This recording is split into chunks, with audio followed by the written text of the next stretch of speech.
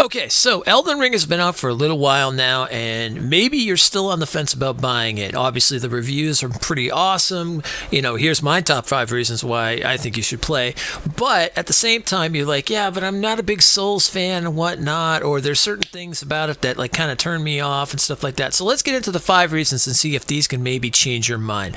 On top of it, I am not going to lie to you. This is a Souls game, and in terms of combat-wise and things like that. However, there are things that make it a lot different than the various Souls games, and I feel a lot more accessible to new players coming into playing one of these games. And I've heard this from a lot of people that have never played a Souls game. They've played this, and they definitely still feel the challenge, but a lot of the things that turned them off from the older Souls games is not here, and that's what really drove them to play this and enjoy it. So let's get right into it. This is top 5 reasons to play Elden Ring. Number 1. Expiration. Expiration is huge in this game and is very rewarding. One of the greatest things about this, and this is where I feel the accessibility really does help with a lot of people, is that the exploration here is you have this giant map to go around and go to all these places and whatnot, open these shrines and everything like that and such.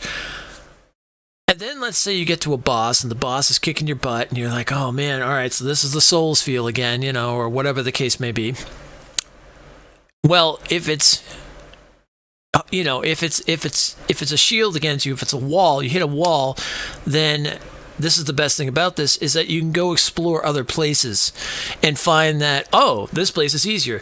Like what I did through my playthrough was I found areas where if I could kill a regular enemy, mind you, just your normal enemy, with a couple hits, I knew I was in a good spot. I got to a place where it took me 4, 5, 6 hits to take down just a normal enemy. Now, we're not talking about like a mini boss. We're not talking about like a more elite character enemy. We're talking about just like a, regular enemy. If it took more than that, I knew, okay, I need to go explore, find a spot where I can handle myself and feel comfortable. And that's really the biggest thing about it. With the exploration, there's tons of ways to do that. And there's plenty of places to go check that out. All right, number 2. Hear that sound of combat? So, one thing that I feel drove a lot of people away from the Souls games, and from what I've heard from other people, is as I like to call it, the run the gauntlet. Run the gauntlet basically means I got to the boss, I got killed, now I've got to run all the way back through this level to get back to this boss. Well, the good thing about Elden Ring is it's not as bad as it was in previous games. So like Demon Souls, for instance, you made your way all the way to the boss, you got killed, you had to run your way all the way back through the level. There was no checkpoints, no nothing like that. The nice thing about Elden Ring is that there is more of a checkpoint system. It's called a Shrine of America. Or Statue of America, I guess you could say. And throughout these little dungeons, they're close to the boss door. So you don't have to, maybe you have to run just a few feet or whatever the case may be to get right back into the combat. Now, for the big bosses, the big story bosses, usually there's a shrine, which is kind of like your bonfire or whatever. Or there is a Statue of America that's literally right outside the boss door. So it's very convenient. So your story boss, your big bosses, they're usually just a step away. Whereas maybe your dungeon ones, a few feet, a couple rooms to go, and that's it. But regardless, you're not running the entire level to get back to them.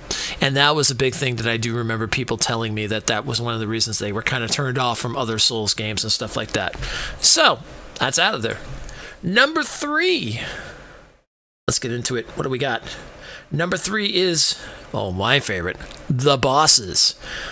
The bosses are very variety style. Now, mind you, there are some bosses that you are going to see the same ones kind of over and over again. However, the level may change and the mechanics may change or whatnot. These are like your typical just dungeon bosses and stuff like that. So like, for instance, this guy here, the Burial Watchdog, you're going to fight this guy multiple times, but there's going to be different variations of him. Maybe one head, maybe it casts magic, maybe it has a big axe, things like that. And then, of course, you get your big story bosses. Those are the really, really unique ones. And let me tell you, there's some gorgeous, unique bosses in this game, to say the least.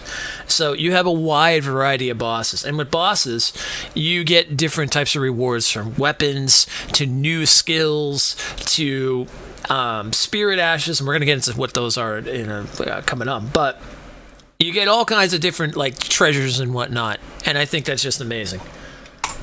Number 4, we are getting into builds.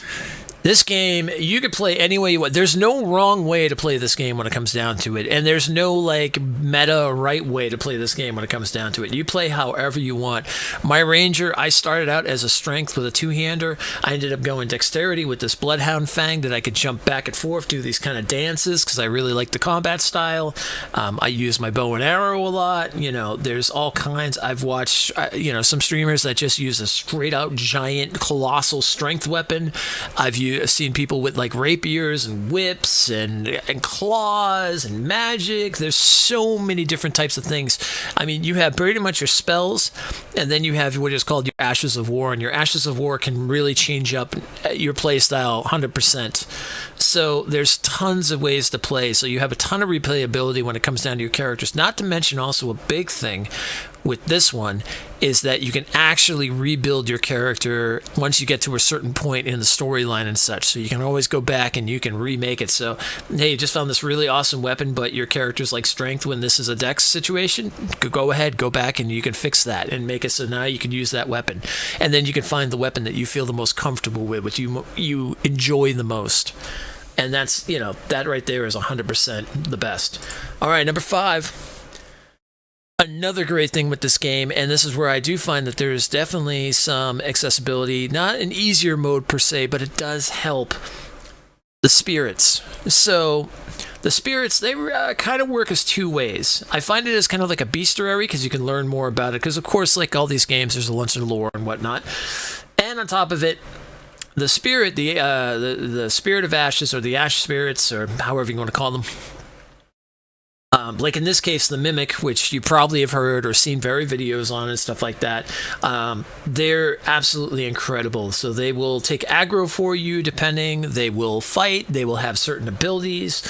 Like when I fought one of the first bosses per se, I had a Mimic that could get rot on it.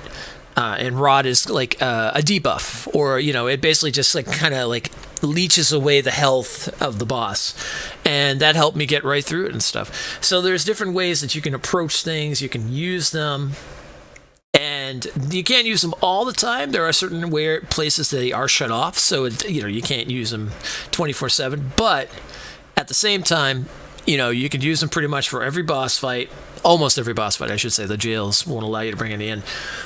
You can use them in certain areas, and depending on how you want to do it, it's great. And I think it adds a little more of, not an easy button like I said, but it does add a little more of like almost having like a co-op partner in its own right. And with the different abilities, like they can just do different things. So yeah. All right, so that's it. I haven't done this in a while, so I'm a little rusty. Forgive me on that end. But this is the top 5 reasons to play Elden Ring. I hope you enjoyed it. Now, when I'm talking about rusty, I just hit the wrong button, so that's how rusty I am. I hope you enjoyed it. I hope you're playing it. I hope you have played it, or you're going to plan on playing it. I think it's an amazing game. We did a full run on the stream, and we played this ranger build all the way through, took out as many bosses as we could, and it was just an incredible time. I already want to go back. I've got ideas for new builds and stuff like that, Pokey Spearman and things like that, and some magic users and stuff. So it's a game I could definitely see myself playing a few times over. I enjoyed it 100%. It's absolutely one of my favorite Souls games, or Souls-like games, I should say. Even though it is Souls, it's made by the same, FromSoftware. And I don't know, I think you would have a great time. Oh, not to mention, I didn't even mention this part, but you could play co-op as well too. The co-op is a little different in this though, so just bear that in mind. But beyond that, yeah.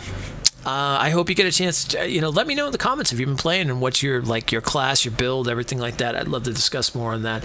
And you can pop over the stream anytime. We'll be playing different builds, and on top of it, playing other Souls-like games with builds and things like that. We're playing Bloodborne right now. We're back to Bloodborne, which has been a lot of fun.